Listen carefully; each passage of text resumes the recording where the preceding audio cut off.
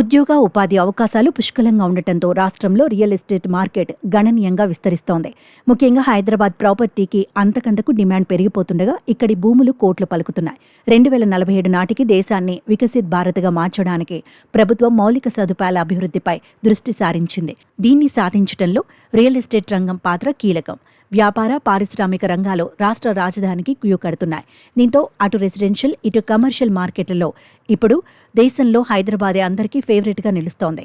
Real ఎస్టేట్కు పరిశ్రమ హోదాను మంజూరు చేస్తే నిధుల లభ్యత సులభతరం అవుతుంది. విదేశీ పెట్టుబడిదారుల భాగస్వామ్యాన్ని పెంచుతుంది.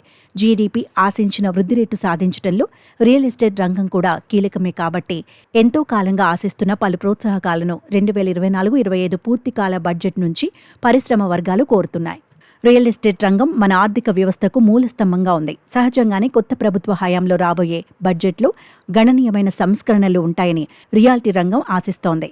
దీర్ఘకాలంగా ఉన్న పూర్తిస్థాయి పరిశ్రమ హోదా దక్కితే చాలా అవసరమైన పన్ను ప్రయోజనాలతో పాటు చట్టపరమైన పన్ను ప్రోత్సాహకాలు, ప్రాధాన్య క్రమంలో రుణాల లభ్యత ఉంటుందని పరిశ్రమ పెద్దలు చెబుతున్నారు. ప్రధానమంత్రి ఆవాస్ యోజన కింద 3 కోట్ల సరసమైన గృహాలపై ప్రభుత్వం దృష్టి సారించడం ప్రశంసనీయమే. అయినా పెరుగుతున్న నిర్మాణ వ్యయాలను దృష్టిలో ఉంచుకుని పీఎంఏవైని మరిన్ని వర్గాలకు విస్తరించే వెసులుబాటు ఉండాలని కోరుతున్నారు. చాలా కాలంగా డిమాండ్ చేస్తున్న అంశాల్లో గృహ రుణాలపై పన్ను రాయితీల ప్రయోజనం పెంపు ఒకటి.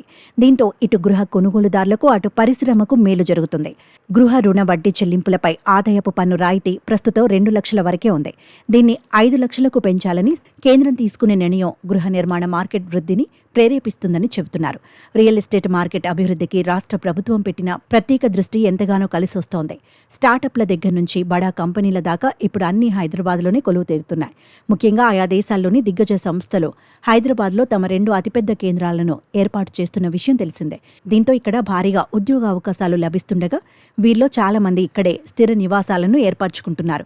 దీంతో ఇండ్ల కొనుగోలు నానాటికి పెరిగిపోతున్నాయని రియల్ ఎస్టేట్ వర్గాలు ఆనందం వ్యక్తం చేస్తున్నాయి. పెట్టుబడులను ప్రోత్సహించే దేశంలోకి విదేశీ ప్రత్యక్ష పెట్టుబడుల ప్రవాహాలను పెంచే విధానాలు ఉంటాయని భావిస్తున్నారు. భారత్ $5 ట్రిలియన్ ఆర్థిక వ్యవస్థ వైపు ప్రయాణానికి తోడ్పడటానికి రియల్ ఎస్టేట్ రంగం దోహదం చేస్తుందని అంటున్నారు.